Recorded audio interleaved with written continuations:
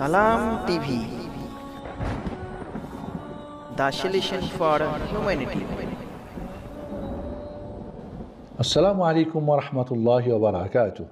আলহামদুলিল্লাহ ওয়াসসালাতু ওয়াসসালামু আলা রাসূলিল্লাহ ওয়া আলা আলিহি ওয়া সাহবিহি ওয়া মান আম্মা বাদ। এক ভাই প্রশ্ন করেছেন, একজন আলেম বেদাতি আলেমদের সাথে উঠা বসা করে, এমন আলেম থেকে ইলম অর্জন করা যাবে কিনা? বেদাতিদের সাথে উঠা বসা করা, লেনদেন করা, আত্মীয়তা করা, সালাম লেনদেন করাও সালাফি সালেহিনরা সাবধান করেছেন। কারণ তার এই বেদাত, এর কুপ্রভাব আপনার মাঝে আমার মাঝে পড়তে পারে।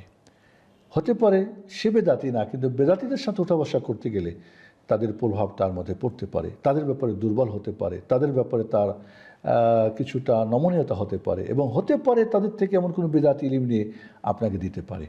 অতএব যেখানে সম্পূর্ণ বিদাতমুক্ত আলেম ওলামা আছেন, আকিদা মানহাজের ওলামা আছেন সেই আকিদার, সেক্ষেত্রে এমন আলেমদের থেকে দূরে থাকাই আপনার জন্য উত্তম হবে। নইলে তিনিও ফিতনাতে পড়ে যাবেন, আপনাকেও ফিতনাতে জড়িত করবে।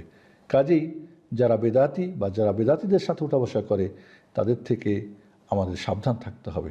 তবে যদি এমন হয় যে না, বেদাতিদের সাথে উঠা বসা করলেও তিনি কোনোভাবেই বেদাতিদের প্রভাবে প্রভাবিত হবেন না, তাহলে ব্যাপারটা হয়তো ভিন্ন, আর এটা অত্যন্ত বিরল বিষয়।